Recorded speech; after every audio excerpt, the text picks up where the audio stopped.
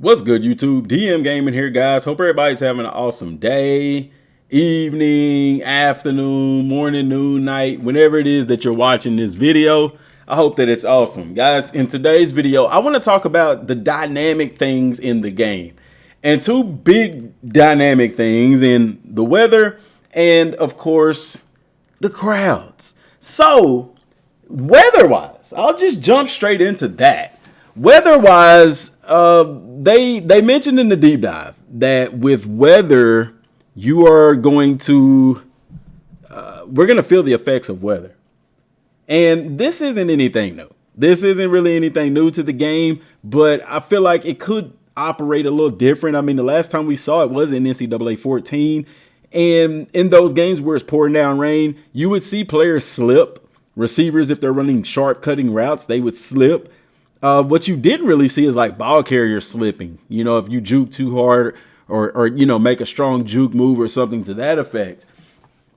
You did see snow.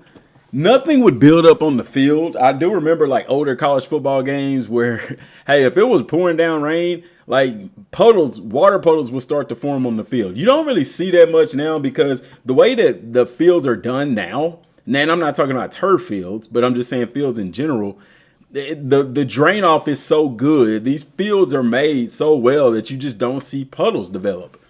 Now, what people are wanting is a more dynamic element to the weather. Where like, hey, your game might start off sunny, but then it might start raining in the third quarter. You know what I'm saying?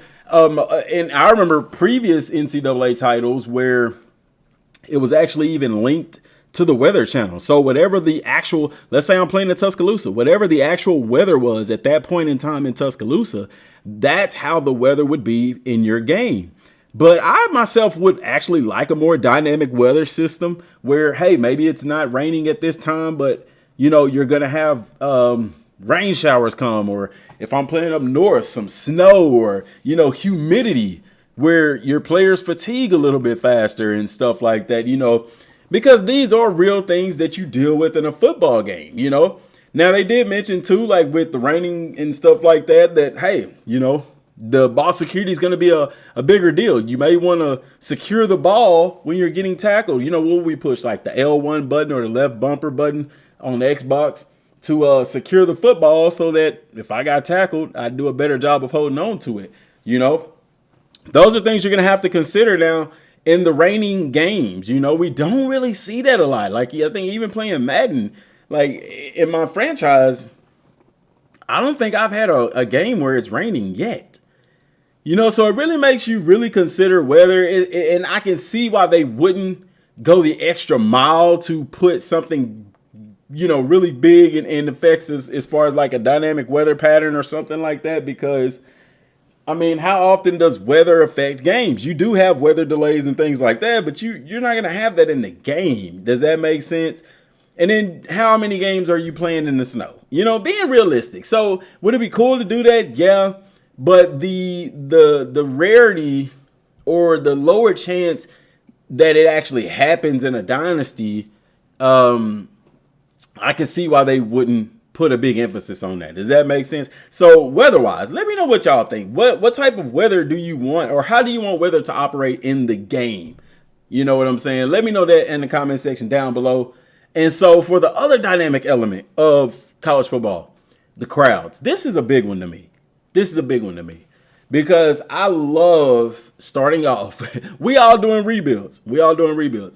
And nothing is more satisfying than building not only your program, but building and climbing into the ranks of the toughest places to play. And starting with those lower class schools, and you barely have people in the stands, to, you know, in NCAA, you could do it in like 2 years or a year even, go undefeated, end up in the national championship, and then next year, the stands are packed to capacity, just filling up those stands. Or if you're beating an opponent, beating the tar out of an opponent, and the stands start to clear out. Or even better, even more satisfying, it's a road game. You're on the road. a big time game and you beating the stuffing out of a team and their fans start to leave after halftime, you start to see the stands become more and more empty. Then by the fourth quarter, it's just, dude, that was so cool to see. And I'm glad they're bringing that back. They are bringing back dynamic crowds. So the crowds are going to come and go. They're going to adjust to the games. Like if it's a big time game, like you see in Tennessee, they'll do the checkerboard at Neyland, and then they'll do the whiteout at Penn State and stuff like that. Crowds are going to be a little bit more dynamic. Now, the reason you don't see that, because it was even in 14, dynamic crowds was in 14. You don't see it in Madden because the NFL doesn't allow it. And that's another barrier. People say, oh, why does it not in Madden? It used to be. It's not in Madden because NFL doesn't want to showcase empty stadiums in a video game. Like, it's crazy because, hey, it's realistic. Like, hey, if you was playing Madden 24 with the Carolina Panthers, you'd have an empty stadium. But, nah, man, like, dude, that cutscene looks so real. That's so dope. But anyway, that's going to be a real cool feature. My downside to the dynamic crowds is this. I'm playing with Kennesaw State. Just got into FBS. And I've gone, let's say 5 successful seasons. I've made bowl games in my first 4 seasons. I've gone undefeated in conference, won conference championships 5 years in a row. And now I'm entering into my 6th year. We get invited to, let's say, they're in the Sun Belt, maybe. Let's say we get invited to the Mountain West, or no, Kennesaw State's in Atlanta. I wouldn't say the SEC, maybe the Big 12 or something. Let's just say, a smaller Power 4 conference. Let's say the Big 12. Okay. This would be my problem. There's no way to upgrade your stadium, because my issue is this, guys. When these schools go to different conferences, stadium capacity is part of the deal. All right.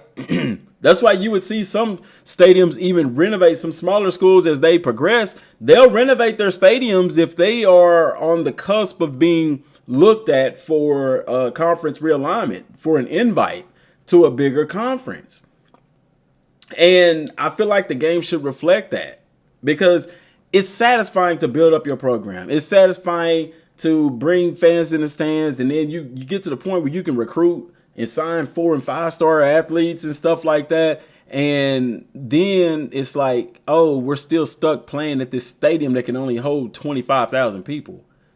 It's unrealistic at that point. If you get an invite from the SEC, they're not going to invite you with 25,000 fans. These conferences do have limitations on stadiums and stuff like that. You got to have a bigger stadium. The element is already in Madden. You have the technology, you have the resources. All you have to do is port it over to college football. And it don't have to be nothing in depth. You know what I'm saying? Because how often are you really going to be rebuilding your stadium? Does that make sense? The dynasty mode is 30 years. Okay. Realistically speaking, a school is probably going to do one stadium upgrade, within a 30-year period. You get what I'm saying? I'm 36. Okay.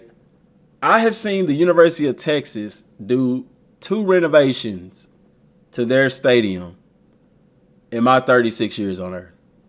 They did one of their end zones. They added the upper deck and all that kind of stuff to one end. And then here recently, where they've closed in the other end zone with the Longhorn logo built into the renovations. So being realistic, you know what I'm saying? So that's why I say, hey, it's the same thing with the NFL. How often are you going to relocate a team? So give us the ability, put that same element that's in Madden into college football. Let us do that. Because otherwise you'll end up with somebody playing with a smaller school, and they're doing phenomenal in their dynasty, but they can't even get past 25 or 30,000 enrollment, and they're in the SEC. You know what I'm saying? How can you get to the toughest places to play realistically? Because let's be honest, guys, those stadiums that are in the toughest places to play, They have over 50,000 fans. I think the smallest school in that list might be Oregon. And I think Oregon they got at least 50,000. Like, that's a significant increase from a 25,000 or a 21,000 capacity stadium that you see a lot in the Sun Belt, in the WAC, and all that kind of stuff. In All American Conference, some of those schools have bigger stadiums. Conference USA, Mountain West. You know, they don't have big 70, 80,000, 65,000 capacity stadiums. You're looking at Sam Houston right here on the screen. You know, what happens? They're in Texas. What happens if I get big time with them? Can I upgrade their stadium? I feel like that should be a thing. Crowds are going to be really cool. Dynamic crowds, seeing people come and go, seeing the crowds fill up as you become a more successful program. That's part of building it. What other? Let me ask y'all this in the comment section down below. What other element would you like to see in a dynamic fashion in the game? All right. Hashtag made it to the end if you made it to the end of the video, guys.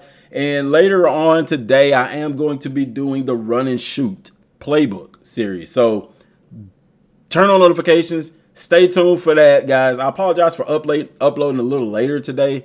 I went to work extra early this morning. And what I'll probably do is make tomorrow's morning video. I'll probably have to go ahead and record it tonight and just set it to upload in the morning. That way y'all got something to wake up to, man. Till next time, y'all. Thanks for watching.